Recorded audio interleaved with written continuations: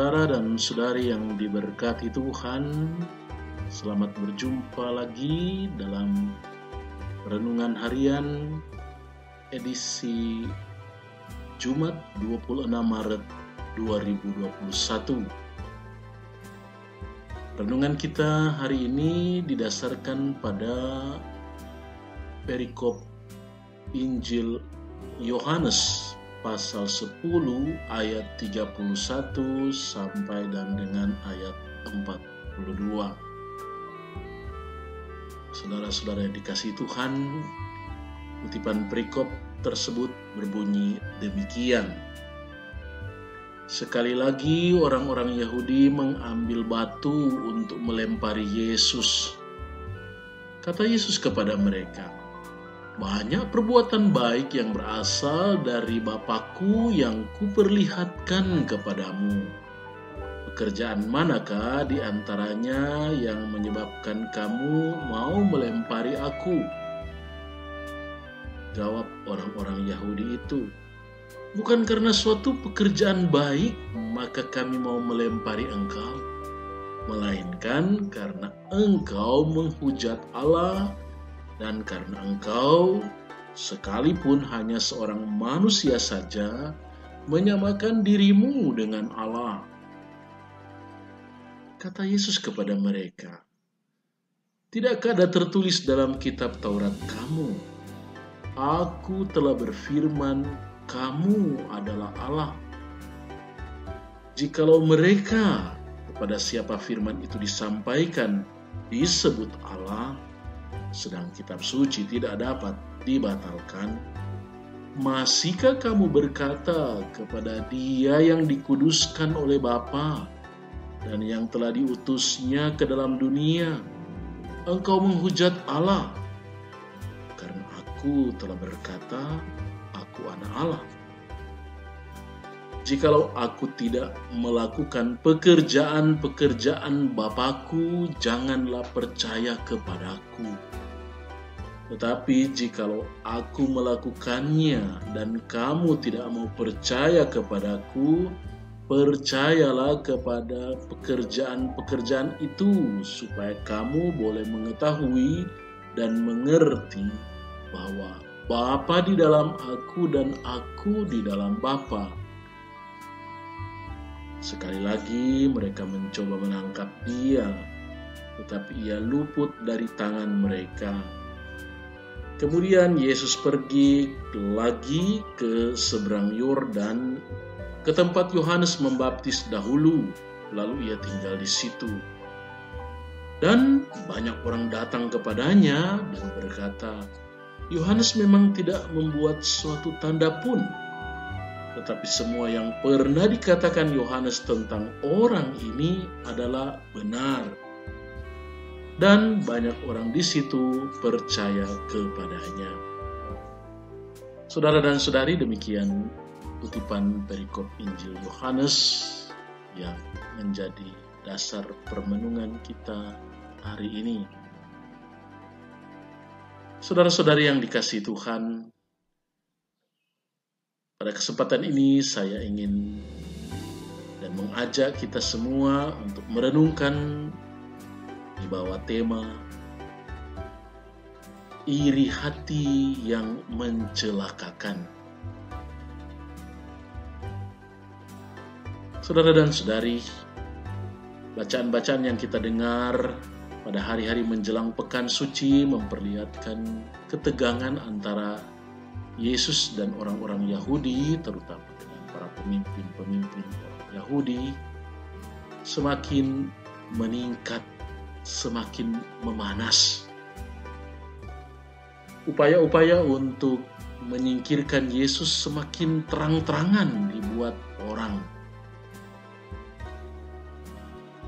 Dan semakin pula Yesus diperhadapkan dengan ancaman dari orang-orang yang ingin melenyapkan Dia, seperti kita dengar dalam Injil hari ini, bagaimana orang-orang Yahudi mau melempari Yesus dengan batu. Permenungan saya adalah, apa sebenarnya yang bergejolak di dalam hati orang-orang Yahudi itu, terutama di kalangan para ahli-ahli Taurat dan tua-tua Yahudi. Sebenarnya yang terjadi adalah rasa iri hati yang bergejolak di dalam diri ahli-ahli Taurat dan para pemimpin-pemimpin komunitas Yahudi. Mengapa? Tampilnya Yesus dengan pengajarannya yang penuh kuasa dan penuh wibawa itu, dan apalagi dilengkapi dengan kisah-kisah mukjizat yang membuat orang terkagum-kagum, memuji Allah dan percaya kepada Yesus, menjadi suatu hal yang meresahkan, menggelisahkan para ahli Taurat dan para pemimpin komunitas Yahudi. Karena apabila hal itu dibiarkan, maka akan semakin banyak orang Yahudi mengikuti Yesus, menjadikan Yesus sebagai guru, nabi, dan pemimpin mereka. Dan itu berarti tokoh-tokoh agama ini akan kehilangan kedudukan, kehilangan jabatan, kehilangan publik, kehilangan massa. Dan karena itu mereka merasa terancam dengan kehadiran Yesus. Apalagi Yesus tampil seperti dikatakan dalam kitab suci dengan kata-kata yang penuh wibawa dan kuasa, bahkan setan-setan pun tunduk kepadanya, sehingga pelbagai mukjizat pun terjadi. Banyak perbuatan baik diperlihatkan dan dilakukan Yesus, semakin membakar dalam diri tokoh-tokoh agama ini suatu rasa iri hati, rasa kedengkian, dan nafsu untuk melenyapkan orang seperti itu. Orang yang menjadi pusat perhatian orang lain. Nah, saudara dan saudari, para ahli Taurat dan tokoh-tokoh keagamaan itu memelihara di dalam hatinya rasa iri hati itu. Membuatnya bergelora menjadi suatu kedengkian dan nafsu untuk melenyapkan Yesus. Karena itu mereka mulai menghasut banyak orang lain supaya menjadi suatu gerakan massa untuk menolak kehadiran Yesus, kalau perlu secepat mungkin menyingkirkannya.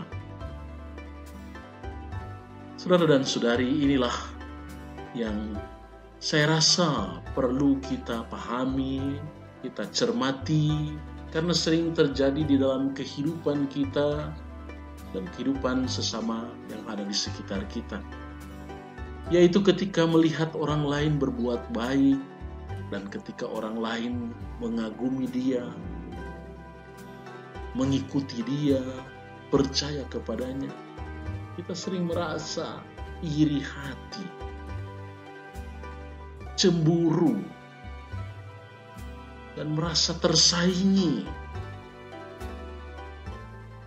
Padahal yang dibuat hal-hal baik seperti yang dilakukan Yesus. Tetapi karena kita merasa terancam, tersaingi, dan merasa iri hati, hal-hal baik yang ia buat tidak bisa kita buat, lalu kita berupaya untuk menyingkirkan orang itu.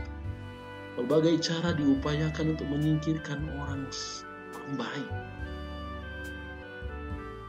Kita mengalami dalam kehidupan berbangsa dan bernegara juga hal yang sama. Bagaimana orang-orang baik disingkirkan oleh mereka yang terancam kedudukannya, terancam popularitasnya. Penyakit seperti ini merasuki manusia dari zaman ke zaman, dari zaman Yesus sampai zaman kita sekarang ini. Maka kalau sekarang kepada kita digemakan bertobat, kita perlu menyadari bahwa dalam hal itu kita perlu bertobat, Kita perlu bertobat dari pelbagai sikap yang mau menyingkirkan orang lain hanya karena kita merasa iri hati, cemburu, dan takut kehilangan masa, kehilangan jabatan, kehilangan uang, dan sebagainya. Yesus menjadi korban dari suatu perasaan seperti itu. Perasaan iri yang dikobar-kobarkan. Perasaan iri yang merasuki hati sehingga membuat berbagai cara dihalalkan untuk melenyapkan orang lain. Saudara dan saudari, mari kita merenungkan dalam masa menjelang pekan suci ini, menjelang kita merenungkan Yesus yang memanggul salibnya. Mari kita sadari beban salib Yesus itu semakin kita perberat karena kita membawa dalam diri kita hal-hal buruk seperti yang dilukiskan dalam Injil tadi.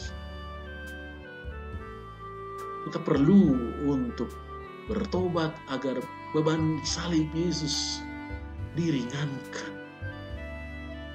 agar Yesus tidak semakin jatuh dan jatuh karena kita semakin melakukan hal-hal yang tidak berkenan kepada Allah.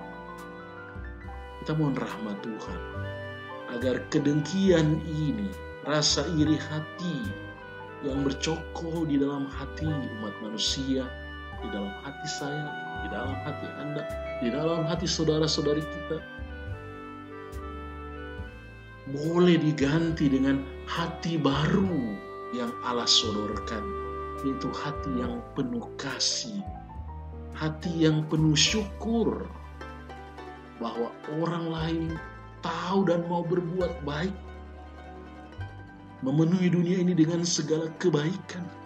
Kita bersyukur bahwa ada orang-orang seperti itu, bukan iri bahwa ada orang-orang seperti itu. Kita mohon rahmat pertobatan di masa prapaskah ini, saudara dan saudari, agar dunia ini dipenuhi dengan orang-orang yang punya kerelaan dan kebesaran hati melihat orang lain yang semakin besar, semakin baik, semakin populer, semakin melakukan hal-hal baik demi kemanusiaan. Kita berdoa agar dirongronglah, dilenyapkanlah dan dihapus dari hati kita benih-benih yang mencelakakan diri sendiri maupun orang. Semoga rahmat dan berkat Tuhan menyertai saya dan saudara. Naik masa tobat ini dan hal-hal yang sungguh-sungguh membuat kita semakin melakukan hal-hal baik seperti yang dilakukan Yesus. Walaupun harus berhadapan dengan tantangan, dengan kesulitan, bahkan dengan ancaman, namun kita membangun komitmen bahwa hal baik yang kita lakukan dalam dan bersama Tuhan akan menyelamatkan dunia ini. Semoga demikian dan Tuhan memberkati kita semua. Amin.